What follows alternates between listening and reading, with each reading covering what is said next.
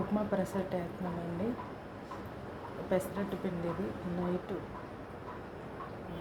6 నానబెట్టాను.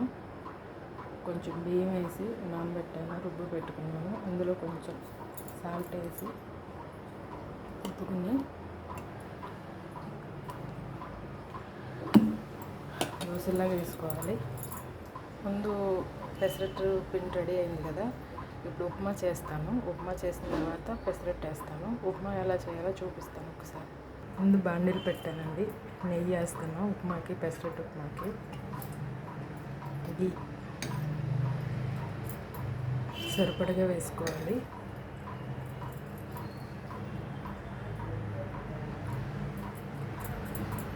వేడెక్కిన తర్వాత మనం తాలింపు దినుసులు వేసుకోవాలి. గీ వేడెక్కిందండి, ముందు ఆవాలు వేసుకున్నాం.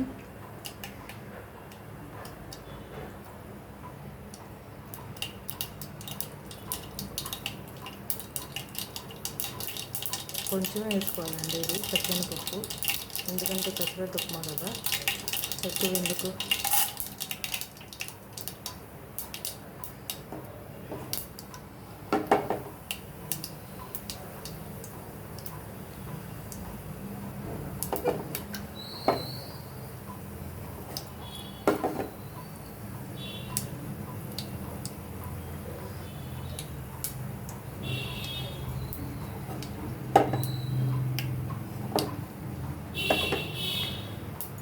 వేగిపోయిన తర్వాత పచ్చిమిర్చి, ఉల్లిపాయ, ఆనియన్స్, కొంచెం కరివేపాకు,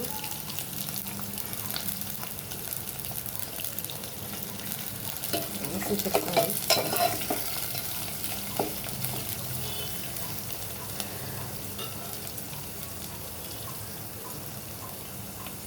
ఇందులో కొంచెం సాల్ట్ వేయాలి.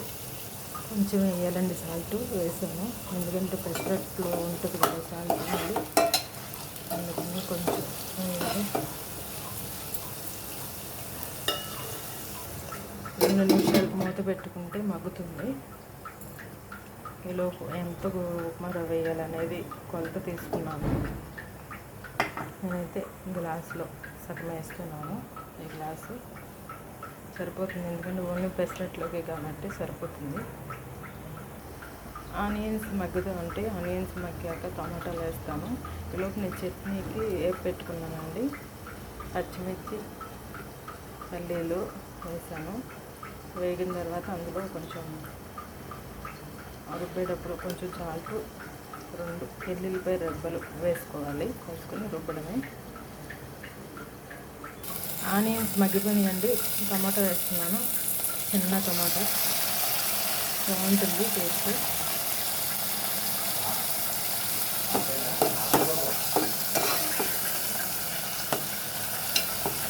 టమాటా మగ్గనిద్దాం 2 మినిట్స్.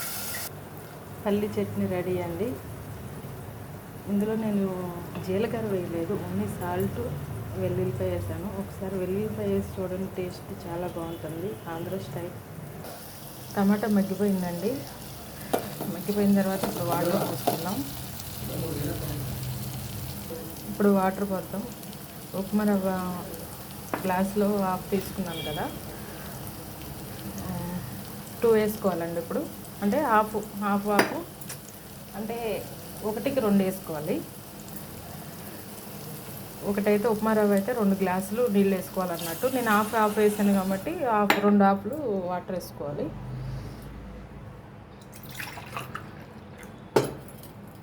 కొంచెం పలసగా ఉంటే మనం ఉప్మా పెసరట్లోకి బాగుంటుందండి.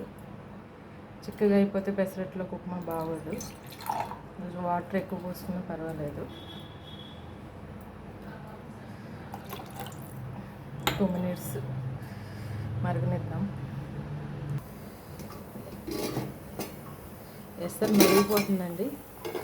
ఇప్పుడు రవ్వ వేద్దాము. రవ్వ వేస్తున్నానండి, కొంచెం స్లోగా వేయాలి, లేకపోతే ఉండ కట్టేస్తుంది.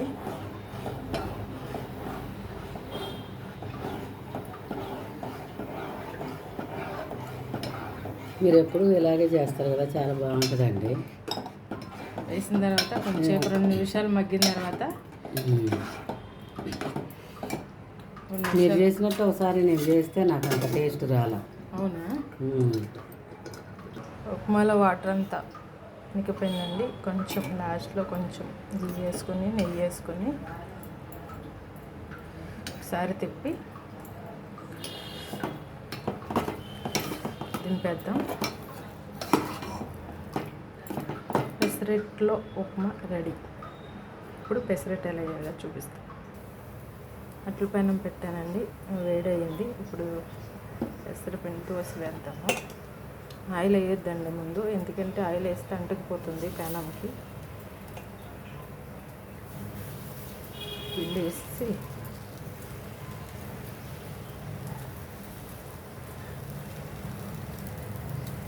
అప్పుడు మీకు ఏది నచ్చితే అది ఆయిల్ కానీ గీ కానీ ఏది నచ్చితే అది వేసుకోవచ్చు. నేనైతే గీ వేస్తున్నాను.